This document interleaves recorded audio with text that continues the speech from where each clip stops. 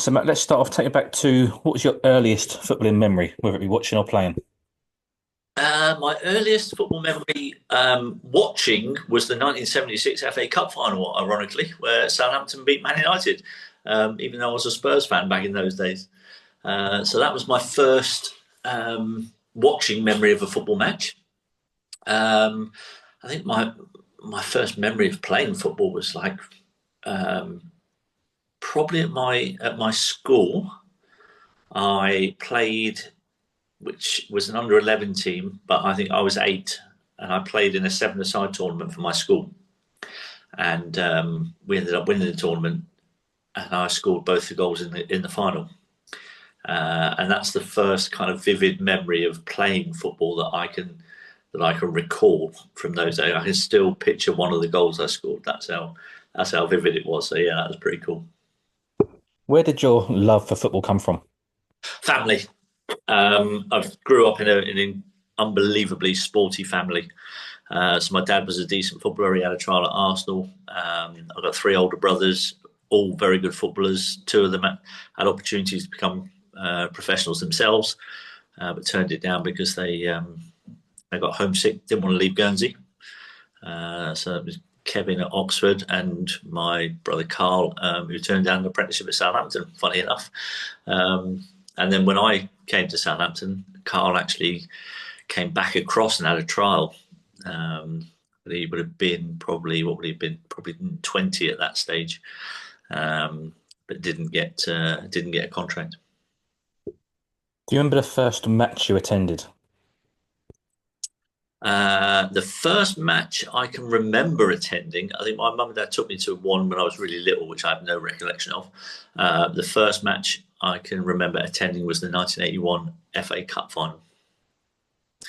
Spurs against Man City, 1-1 draw. Tommy Hutchinson scored for Man City. Glenn Hoddle had a free kick which deflected in off Tommy Hutchinson. They drew 1-1. Had the replay on the Thursday night afterwards, which I didn't go to, but that was the one where Ricky Villa scored the wonder goal in the replay. Fantastic. You mentioned a little bit there about playing for school and obviously played up a few years. Talked about memories of playing for school teams and for grassroots teams growing up. Yeah, yeah. I loved playing for my school team with my mates. Loved playing for my club side, Vale Rec, where I grew up and played pretty much all my football. I had one season where I went to their rivals, actually, a team called Northerners in Guernsey.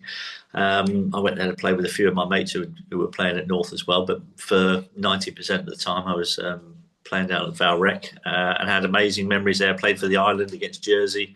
Had some great memories of those inter-island games, playing against Graham Lasso from a very early age. So I remember playing against Graham when we were 11 years of age, and then we kind of played against each other through the age groups until I left Guernsey, and then eventually Graham came a bit after me and joined me in the pro game.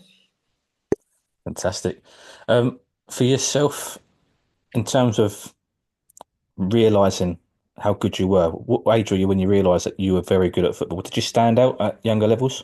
Yeah, so I think kind of really from the time that I scored those two goals in the final of an under 11 tournament when I was eight, I think at that point I realised I was pretty good at this game. And I think that was the point where I thought, I want to do this for a living. I want to be a professional footballer.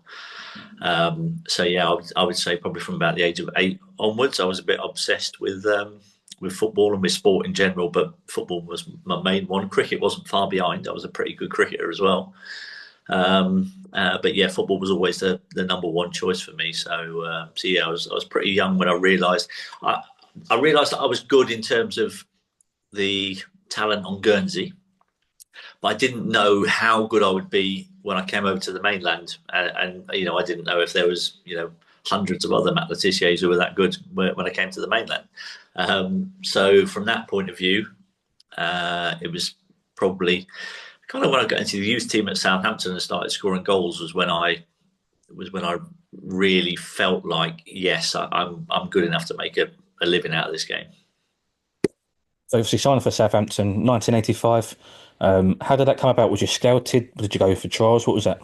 Yeah, no, I was playing for the Guernsey under 15 team. We had a tour of Hampshire, and one of the games was in on Millbrook Rec, which is probably only about 15 minutes from where I'm sat right now. I didn't know there was a scout at the game, but my manager at the time, the manager of the Guernsey team, asked me to play out of position in this particular game because I was always a centre midfielder for my school and for my club team. And this particular game, he asked me to go and play on the right wing because he wanted to have a look at a couple of other players in the centre of midfield. And so I did. And little did I know there was a Southampton scout there. Next thing I know, I'm invited for a trial. I obviously rock up at this trial, and this scout who didn't know any different thinks that I'm a right winger. And I was like, I'm not going to say anything. I'll just do my best wherever they put me. Do you know what I mean? So yeah, for the first few years of my career, I started out as a whippy little right winger with a bit of pace. When was it that Southampton realised actually you're better suited than an 8 or a 10? I think it was kind of Alan Ball was probably the first one that really kind of moved me into a position where I was kind of could do the most damage. I was pretty good. I was still scoring lots of goals as a winger. I wasn't a traditional kind of winger that would go down the byline every time and cross for the centre forward. I like to cut inside and score goals myself. So I think they kind of realised that Alan Ball was the first one that kind of went, we're going to move you permanently. You're going to play in the centre of the pitch. I'm going to build the team around you. And he gave me a lot of responsibility on my shoulders because I was the one that had to create everything, try and score the goals as well. And the 18 months that Bawley was my manager was the best 18 months of my career. Signed your first professional contract at Southampton in '86, just a year after you joined on the YTS contract. Yep. How big and how much of a proud moment was that for you? Yeah, I mean, I joined on the YTS contract in 1985 on 26 quid a week. But obviously that was just pure spending money. Everything else, we didn't need money for anything else. We had our food, our accommodation, bus passes all paid for. So that was just kind of our spending money. But then when I signed my first contract in '86, I was on £100 a week, and I was chuffed to bits. I was delighted just to have got a pro contract. It didn't really matter what money I was being paid. This was my opportunity to kind of be a professional footballer. I'd already made my debut in the first team by that point. So, I had a pretty good idea that I was going to get a contract. But normally, back in those days, as apprentices, you'd be given a 1-year contract. And then, you've got another year to try and prove yourself in the reserves and all that kind of stuff. But luckily for me, Southampton offered me a 2-year contract straight away on my 18th birthday. So I kind of had a little bit of a little bit of a more time than most others did to kind of really cement myself in the first team squad. Well, after a couple of seasons and you cement yourself in that first team squad, 89-90 season, you won the PFA Young Player of the Year award. Yep. Again, talk about proud moments. How big was that for you? Yeah, that was pretty cool because I'd actually started that season not in the team, and it was only the fact that Danny Wallace got sold to Manchester United in the September, I think it was, of that year, and that kind of left the place open for me in the team, and I took my chance really well. I ended up scoring 24 goals that season, and I think my other opposite winger in the team, Rodney Wallace, also had a fantastic season and could quite easily have been Young Player of the Year. He scored 23 goals that season. He was a year younger than me, so I think we finished first and third in the Young Player of the Year category that year, which was pretty cool. So yeah, that was a pretty proud moment to know that the players that I was playing against week in, week out all felt like I was a decent player. And that's a nice little bit of a massage for your ego there. Does it feel more rewarding when it is the Players Player award? Yeah, I think it does because the players kind of know what you have to go through. They know what it is that you sacrifice to get to the position you got to. And when you've got good players there, they recognise other good players, and so that was pretty cool that there were some very good players thought that I was a good player, and that's a pretty cool thing to happen. Well, you mentioned about 24 goals that season, and season after season you just couldn't stop scoring. You were the first midfielder to score 100 Premier League goals. You converted 47 out of 48 penalties, which is unbelievable. I want to talk to you about your mentality in terms of scoring because you wasn't a striker. You mentioned you played right wing, you played centre mid. What was your mentality in terms of scoring the goals? Why was you so hungry for that? I think I'd always scored lots of goals. In youth football back in Guernsey, I was scoring those goals. I mean, the last season before I left Guernsey, um, I was playing for my under 16 team. I was playing for my under 18 team, playing for my school team, and I was also playing for the second team of my club side. And I even made a couple of appearances in the first team of my club side, the men's team, even though I was still 16. Um, but that season, in all those leagues, I ended up scoring 169 goals. That was kind of that was my DNA. That was what made me a footballer. I loved scoring goals. I was good at it. I was a good dribbler, good finisher. The penalties were something that came a little bit later on. I did take penalties as a kid, but I'm pretty sure I missed a few. In fact, I know I missed one in a very high-profile game. Actually, it was the Guernsey versus Jersey under 15 match, and I missed a penalty with a few minutes to go, which would have won us the game. Luckily, it went to extra time, and we did end up winning in extra time. But I can still remember missing that penalty. I know exactly where I missed it. They weren't past the post. It was a rubbish penalty, and I can still picture it to this day. So yeah, the penalty stuff kind of came later. By accident, really, because Southampton had missed a few penalties in the 88-89 season. And at the start of the following season, the manager was looking for a penalty taker. And he basically went, right, if anyone fancies taking penalties, we're going to have a competition after training. So if you're up for it, rock on up and have a go. And so I was like, oh, I can take penalties. I can do that. So I did. I went and we had this penalty competition. I never missed one in about 12 goes, and ended up being given the job of taking the penalties. And that season, I think we had 8, and I scored all 8. I mean, you done all right at penalties, didn't you? Talk to me about, you mentioned training there. For you, in terms of striking and shooting, finishing, things like that in training, did you do anything different to your teammates or anything in particular for you that worked? I think I was quite lucky. I had quite a good technique where I could, I timed the ball well, so I could get a lot of power in the ball without really trying too hard. So it was almost kind of like effortless power. I like to think that I was the Ernie Els of the football world. Ernie used to just not look like he's hitting the ball and it goes for absolute miles. So I felt like I had a nice technique and I didn't have to look like I was really lashing at the ball to get it to travel.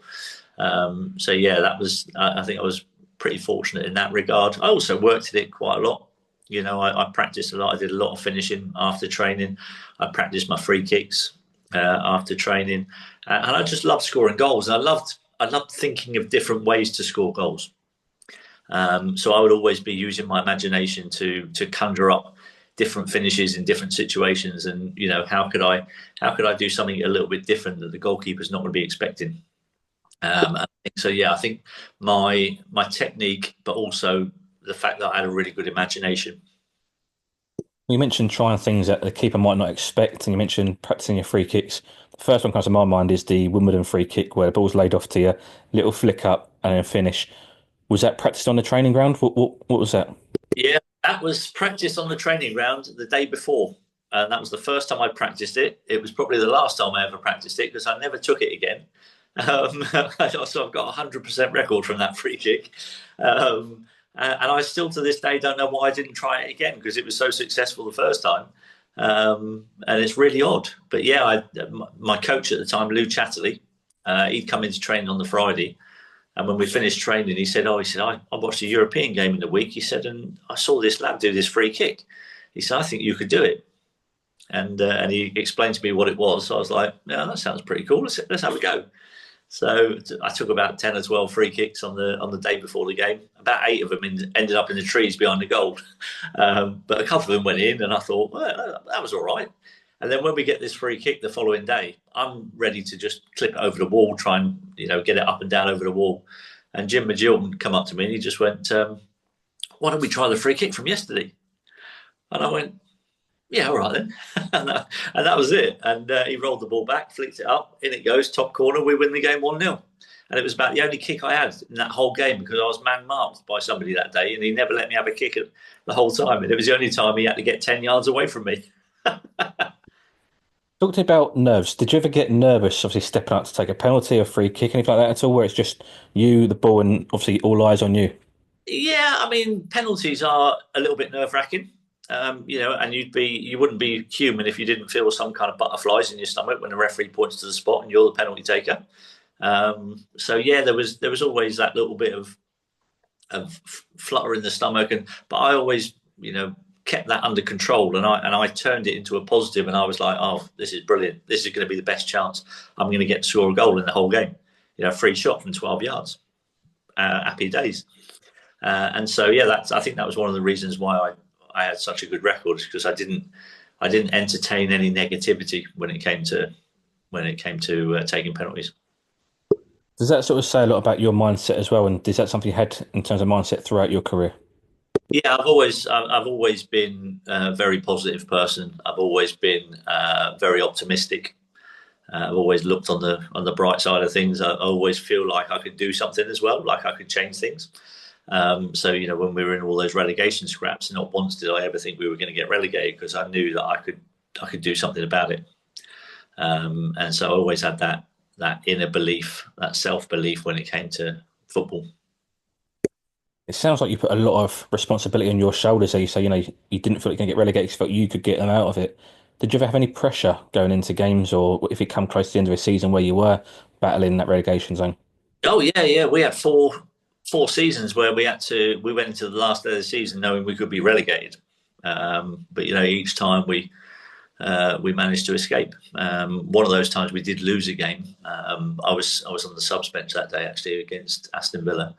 But the ones that I played in, we drew 0-0 with Wimbledon on the last day of the season and stayed up. We drew 3-3 away at West Ham and stayed up. I scored two that day and set the other one up.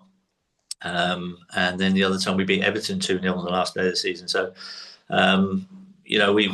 as I said, I always had that belief, and I felt like my confidence and that belief, I tried to get it to rub off on the other players in the team.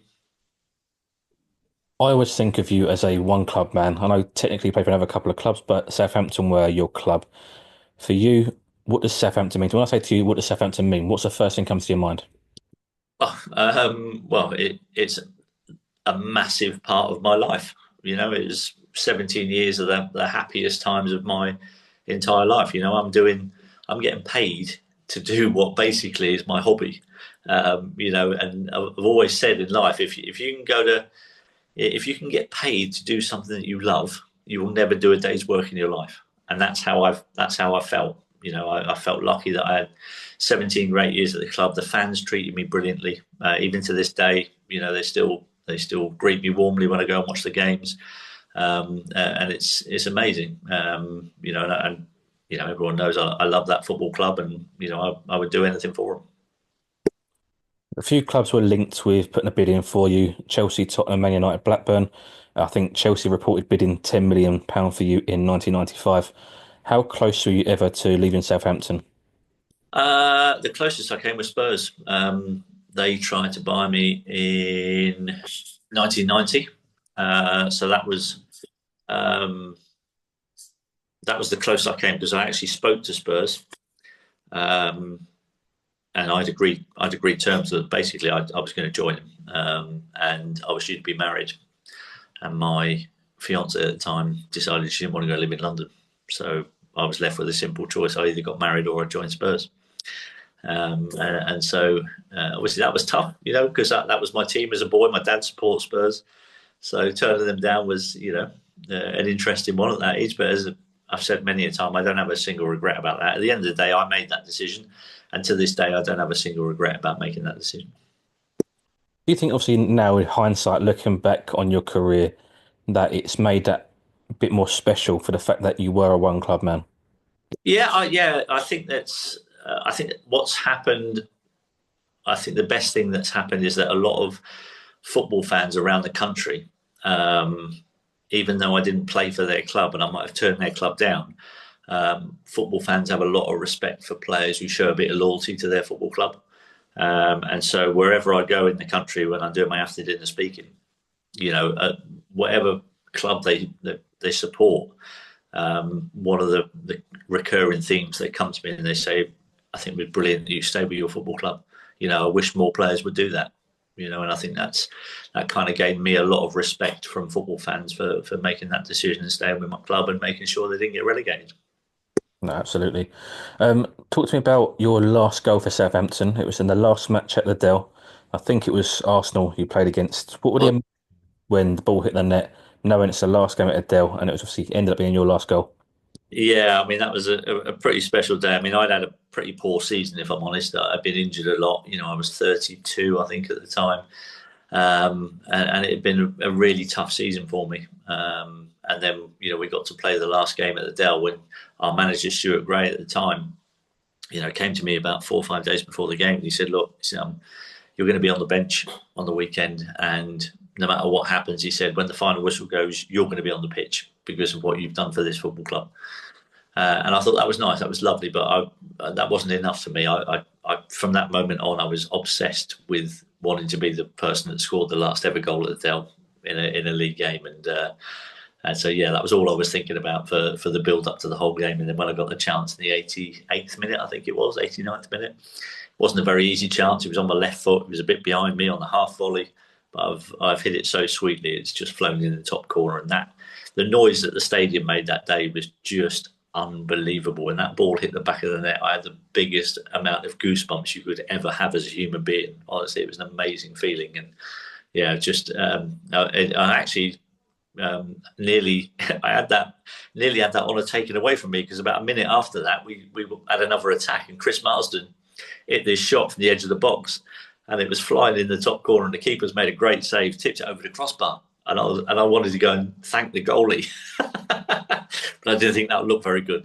So I just jogged across to take the corner because obviously I was the one that took the corners. And as I'm jogging across there, I'm stood put the ball down in the quadrant, and I'm thinking, I don't really want to put this in the 6 yard box because someone might score it here, and then I won't be the last player to score. So I looked at Wayne Bridge, who was like right on the halfway line. He was playing left back for us. He's right on the halfway line, and I've looked at him. I've gone, like that, Bridgie, come here. And he ran all the way down from the halfway line. So I just tapped the ball to him short, and as I did that, the referee blew the final whistle, so no one else could score. So yeah, that was pretty cool. With all the emotions that surrounded that goal, is that your favourite ever goal you scored? It is my favourite goal. When I look back at my career, if I could relive one goal again, it would definitely, for the reaction that it got and for what it meant to the football club, that would be the moment that I would choose to relive again. Yeah, I scored better goals. Don't get me wrong, but if I had to relive a moment, it would be that one. With football's highs, but with the highs come the lows. I want to ask you about something that is in your autobiography, and that is the betting scandal that you was involved in. I want to firstly ask you why you placed these bets. I didn't place any bets, so it was none of my money involved. It was one of my mates had come to me and said, "Oh, his mates have got some spread betting accounts in that his mates up in London, and they do these bets where they bet on the first throw in." And he'd come to me and he went, "Well, we could just kick the ball out of play and they'll win some money." So I was like, "Well, that sounds like a bit of fun." So I went to do it, messed it up, and yeah, they almost ended up losing a lot of money and not winning a lot of money because of my mistake. And so yeah, there's a massive misconception about that I was the one that was placing bets on it, but I've never ever had a spread betting account in my life, so I couldn't have possibly placed a bet on that. So yeah, it was something that when I look back now, it was probably a little bit foolish, but I was young and I just thought it'd be a bit of a laugh without realising the implications of it, if I'm honest. So yeah, I ended up writing about it in my autobiography, but only as a lesson to other footballers who might be thinking about doing the same thing. I want to try to warn people not to be so stupid as I was, basically. But by doing that, Talk Sport decided to decided to go to town on me in one of their shows that day and said, I should be banned from football. Sky suspended me from Soccer Saturday for a couple of weeks until all the furore died down. Yeah, so it's not an episode that I look back on with any pride, but it happened and I got to own it. And I did. I wrote about it multiple to try to warn other people, and I think that was the right thing to do. We see a lot of as well things like match fixing over in Italy, especially. There was a big scandal with Juventus a few years ago. How rife is gambling or match fixing, etc., in football, to your knowledge? To my knowledge, there were a few teams that had done the whole kick the ball out of play from the kickoff.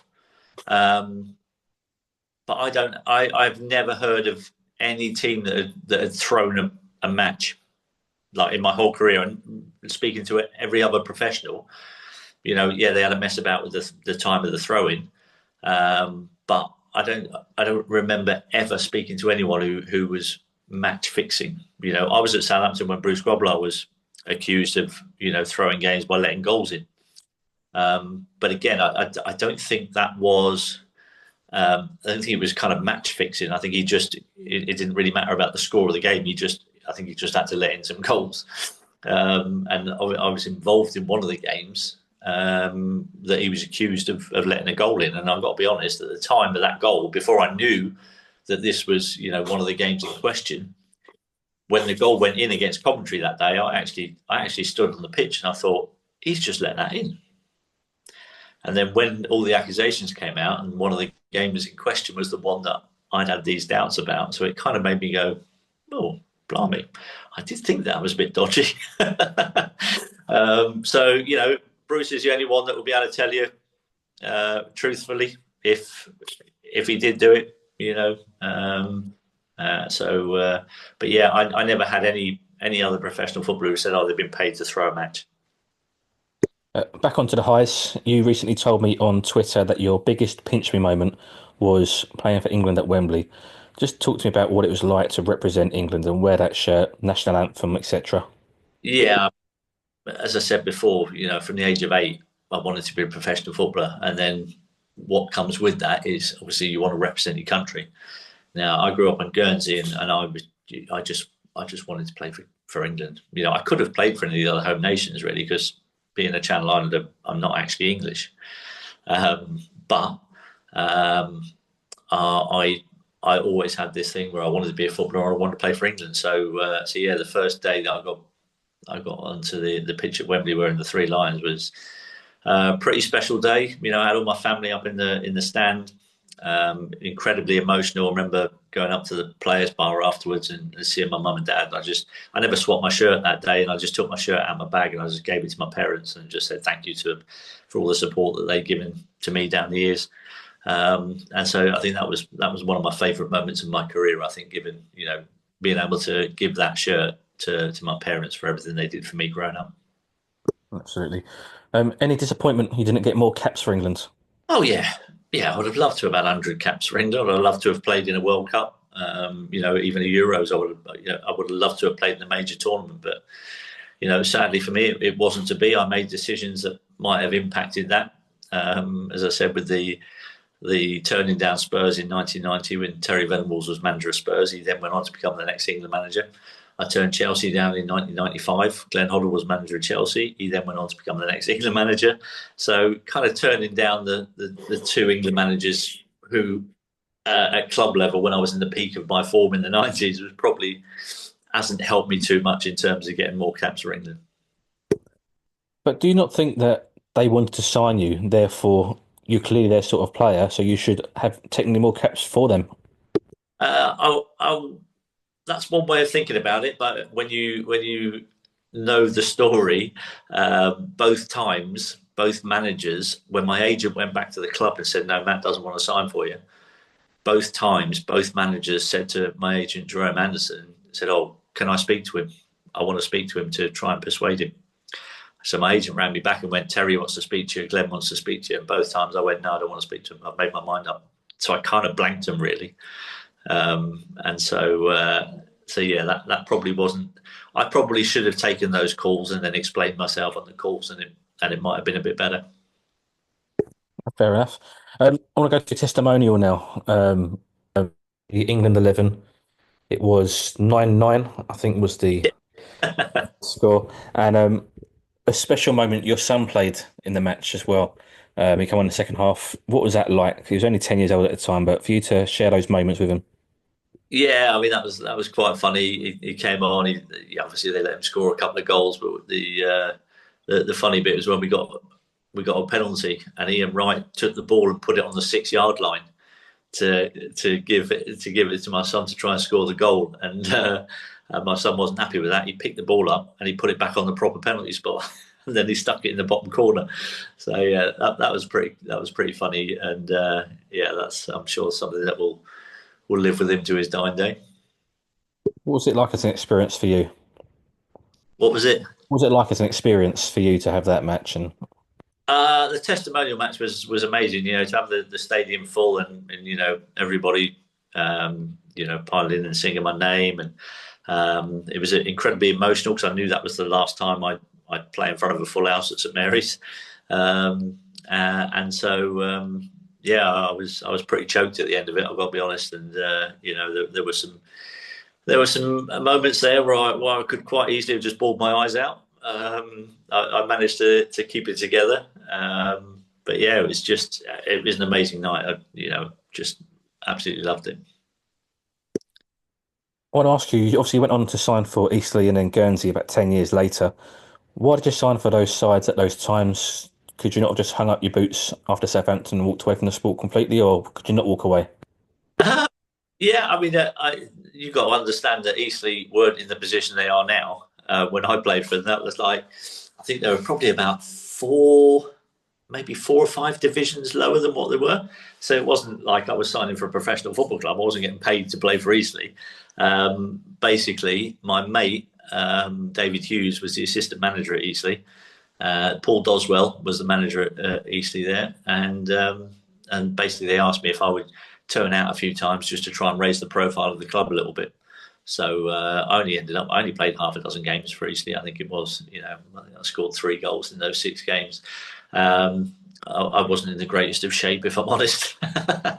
And then the Guernsey thing 10 years later was just because they had a massive injury pile up towards the end of the season. They had a massive fixture, a load of fixtures they had to play. I think it was 19 games they had to play in 31 days.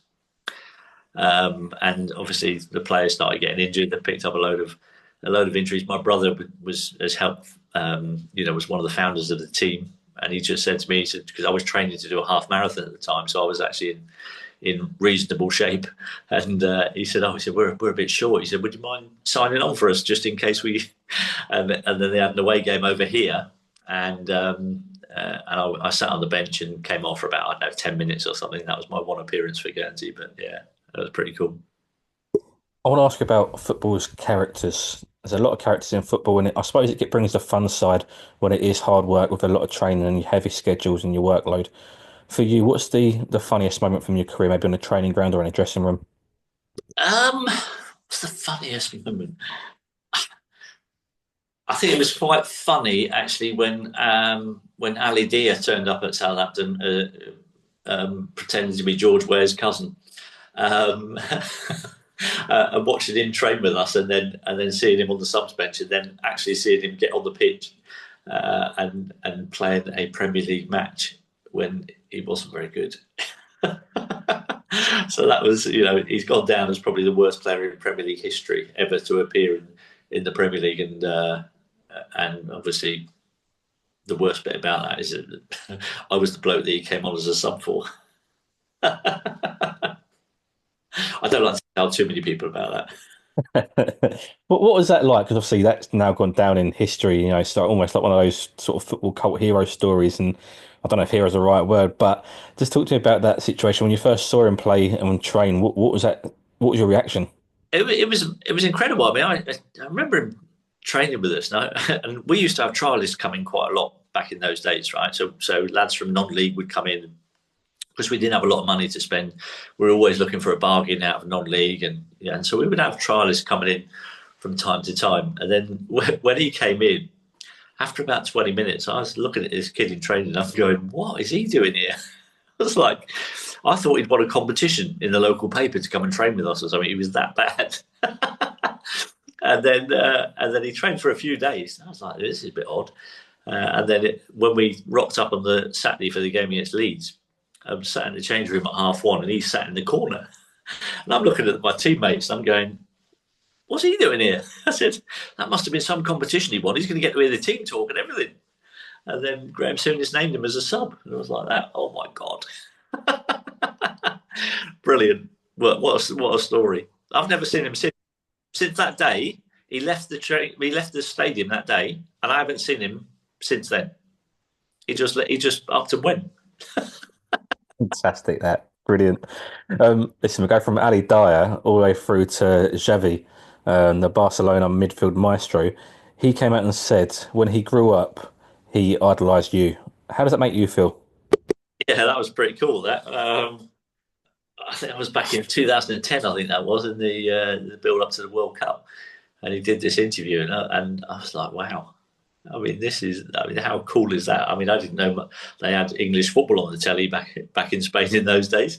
But yeah, I mean, to have somebody who was like, I mean, what a player he was, to have him come out and then go, this kid was my hero. I see him scoring goals, and he plays for this small team, and I was like, oh, that is pretty cool. I mean, I had another moment like that where a few years ago I played in the BMW Pro-Am Wentworth, played golf, and I knew one of my teammates was Pep Guardiola. So I'm on the putting green at Wentworth before we're just about to go out, and I've not met Pep before, and obviously I watched his team play football a bit, and he walked onto the putting green, and so I thought I'm just going to introduce myself, because I'm playing golf with him for the next 4 hours. I better go and say hello. So I walked up to him, and I shook his hand and said, "Oh, Pep, Matt Tissier, I'm playing with you today." And he turned around and he went, "You don't need to tell me who you are." He said, "I still remember all those goals you used to score from 30 metres." And I was like, that is pretty cool. Even Pep Guardiola's in my goals. That is fantastic. I mean, I didn't think this podcast would go from Ali Dyer to Xavi to Pep Guardiola. I'll be honest with you, Matt. Um, we're going to end on a few quick fire questions. I like to always ask all my football guests these questions. So first of all, who is the best player you ever played with? Paul Gascoigne. Best you played against? Uh, Roberto Baggio or Thierry Henry? Is Thierry Henry the greatest Premier League player ever, in your opinion? I think so, yeah. Who's your favourite player ever to watch? Glenn Hoddle. And who's your favourite player to watch currently? Ooh, that's a good question. Um, I would say this season, currently, it would have to be Mo Salah. He's having an unbelievable season. Potential Ballon d'Or winner this season? I mean, if he doesn't win it this year, he'll never win one because the numbers he's putting up is just incredible. Absolutely. And just the last question, what's the biggest change you've seen in football from when you started to now? Um, there's probably three. Standard of the pitches, the amount of money they get paid, and VAR. Your opinion of VAR, good or bad thing? I thought it was good, but the idiots have ruined it. I agree. Matt, thank you very much for talking us through your footballing journey. It's been a real pleasure speaking to you. You're welcome, mate. Great to talk to you. Thanks very much.